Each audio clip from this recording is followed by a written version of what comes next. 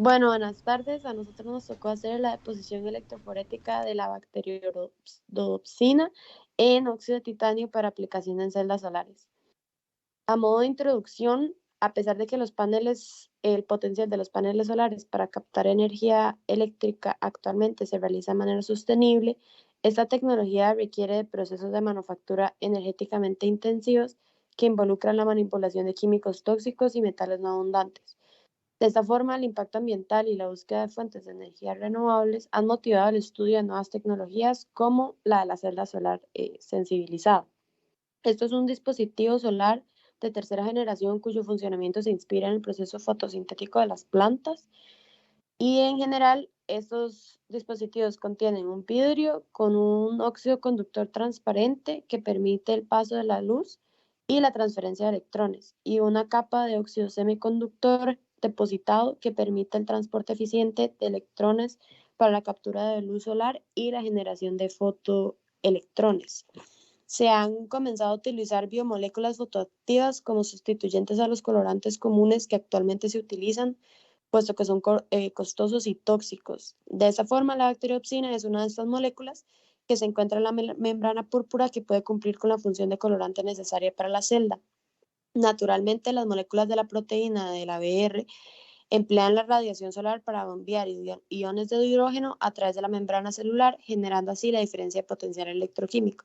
Sin embargo, la BR presenta problemas en la integración práctica, que se vienen a solucionar con la deposición electroforética, ya que esta permite tener un excelente control de la tasa de deposición y del espesor de las películas o recubrimientos de las proteínas, con la posibilidad además de controlar la orientación, que más adelante vamos a conocer que es un factor muy importante en el proceso. En general, la EDP o deposición electroforética es una técnica que utiliza el mecanismo de electroforesis, donde las partículas suspendidas son impulsadas desde el medio de suspensión hacia el sustrato por medio de un campo eléctrico con el fin de desarrollar películas o recubrimientos. Es decir, en palabras simples, es un fenómeno electrocinético donde partículas son desplazadas por la influencia de un campo eléctrico.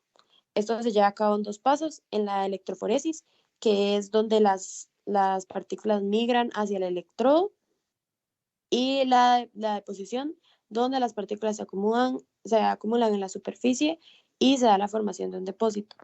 En la introducción se mencionan todos los parámetros teóricos recomendados para hacer la EDP, específicamente para la bacteriopsina, y en este proyecto se pretende evaluar la eficacia de la EDP de la BR en óxido de titanio para su uso en celdas solares biosensibilizadas. Se realiza un análisis de espectroscopía Raman para determinar la presencia de la BR en el sustrato y también se mide la impedancia electroquímica y la respuesta fotoeléctrica con el fin de conocer la resistencia y la tasa de transferencia del fotoánodo en la celda.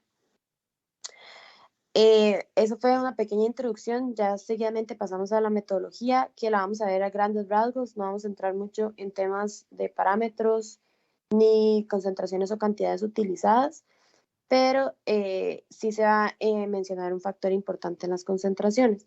Entonces, en primer lugar, la fijación de la proteína fue realizada por el método de EDP.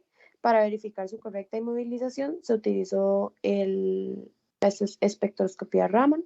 Después de ser inmovilizada, se montó una celda solar y se le aplicaron pruebas de impedancia y respuesta fotoeléctrica, como se puede observar a nivel representativo en la figura 1, y cada uno de los pasos realizados son explicados a continuación. Entonces, a grandes rasgos, primero se hizo la preparación de la celda para la EDP, donde se utilizó un vidrio conductor con un recubrimiento de óxido de estaño. El sustrato utilizado fue óxido de titanio y las placas de vidrio conductor se prepararon con un tratamiento superficial, donde se le aplicó el recubrimiento de la pasta de óxido de titanio.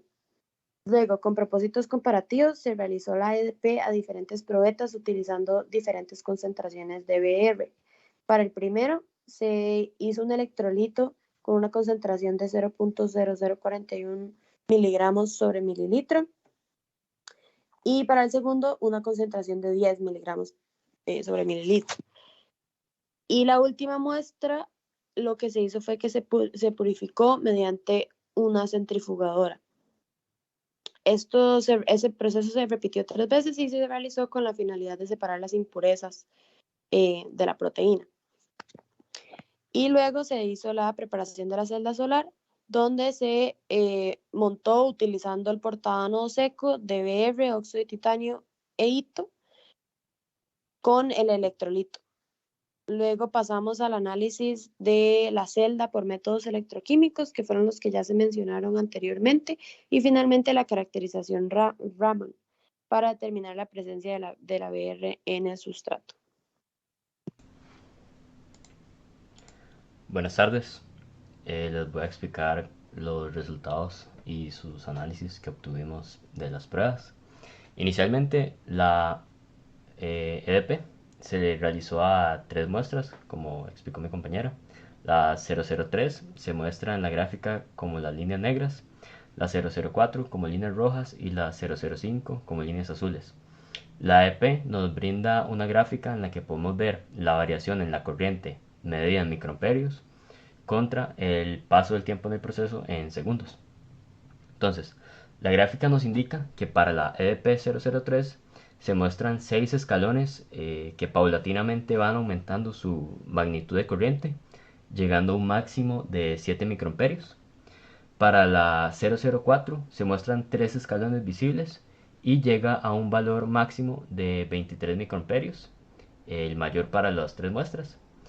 Para la EP005 también se producen 3 escalones, como en el caso anterior, escalones visibles, sin embargo la magnitud mayor es de 12 microamperios. El comportamiento de la EP se muestra que poco a poco va aumentando la magnitud de la corriente.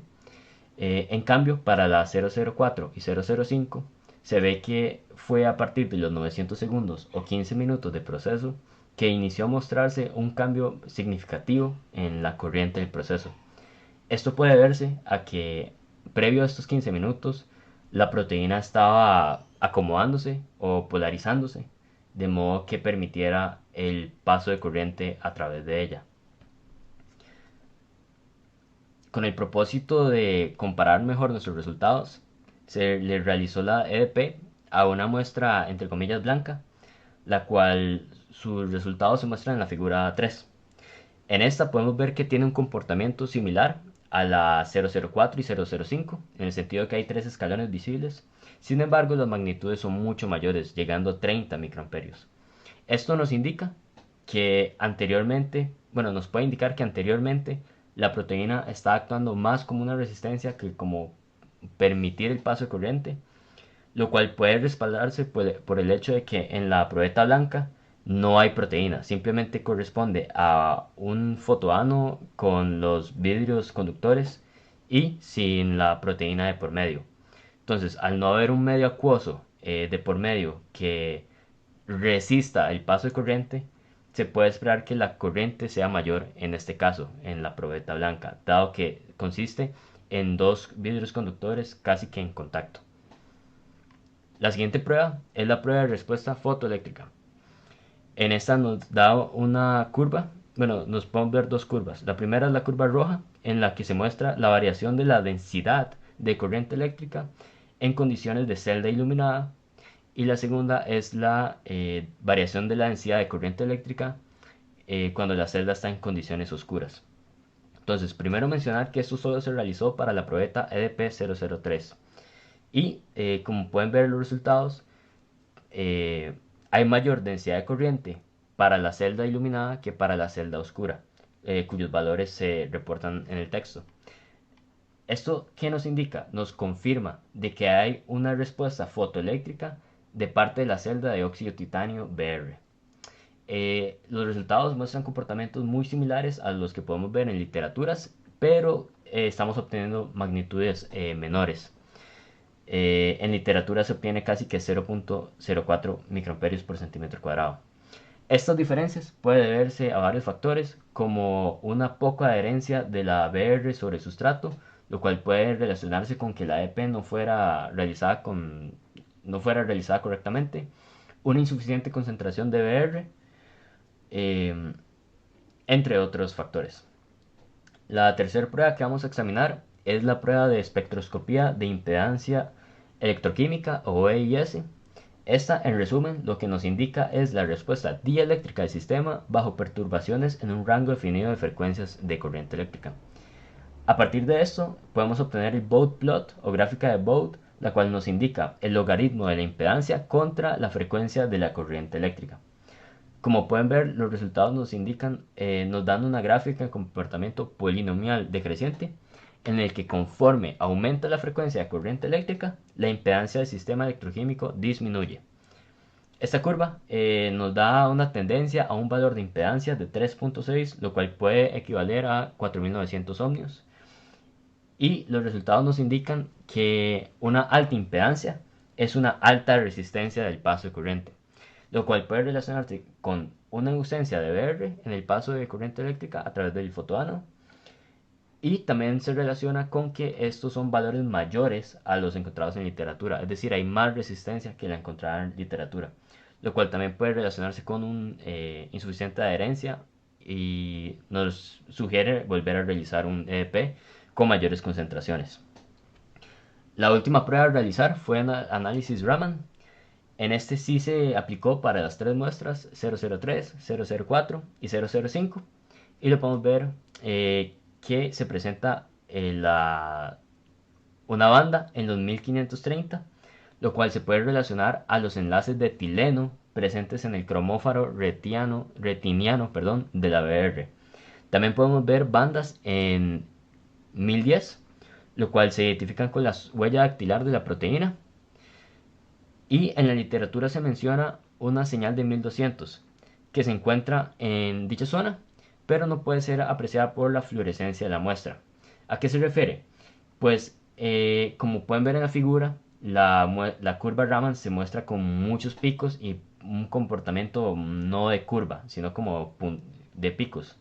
Esto se debe a que por la naturaleza orgánica de la proteína se crea esta fluorescencia y no permite tener curvas verdaderamente curviadas y más bien presentan estos picos, lo cual es normal para proteínas.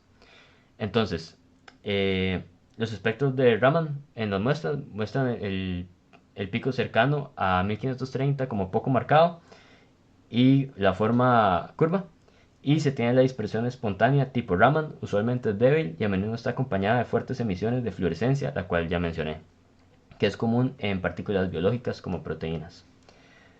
Como conclusiones y recomendaciones, inicialmente, como mencioné, la prueba de respuesta fotoeléctrica nos determinó que sí hay una respuesta fotoeléctrica de parte de la celda solar, debido a que la densidad de corriente fue mayor en condiciones iluminadas que en condiciones oscuras. Se relacionó esta respuesta fotoeléctrica a las propiedades del óxido de titanio. También al realizar el Raman a las tres muestras se concluye que sí una deposición de la BR sobre sustrato de óxido de titanio hito, debido a que las bandas se pueden relacionar con las estructuras orgánicas de la proteína. En la prueba de impedancia electroquímica se tiene que la impedancia real del sistema es de 4.900 ohmios. Y como recomendación, se recomienda realizar realizar la prueba de respuesta fotoeléctrica e impedancia electroquímica para las otras dos probetas, la 004 y 005. Esto para tener mayor valores comparativos. Y también se recomienda realizar la prueba AFM con medición de potencial eléctrico para corroborar la correcta orientación de la proteína en la celda solar. Y con eso concluimos la presentación. Cualquier consulta o duda, con mucho gusto.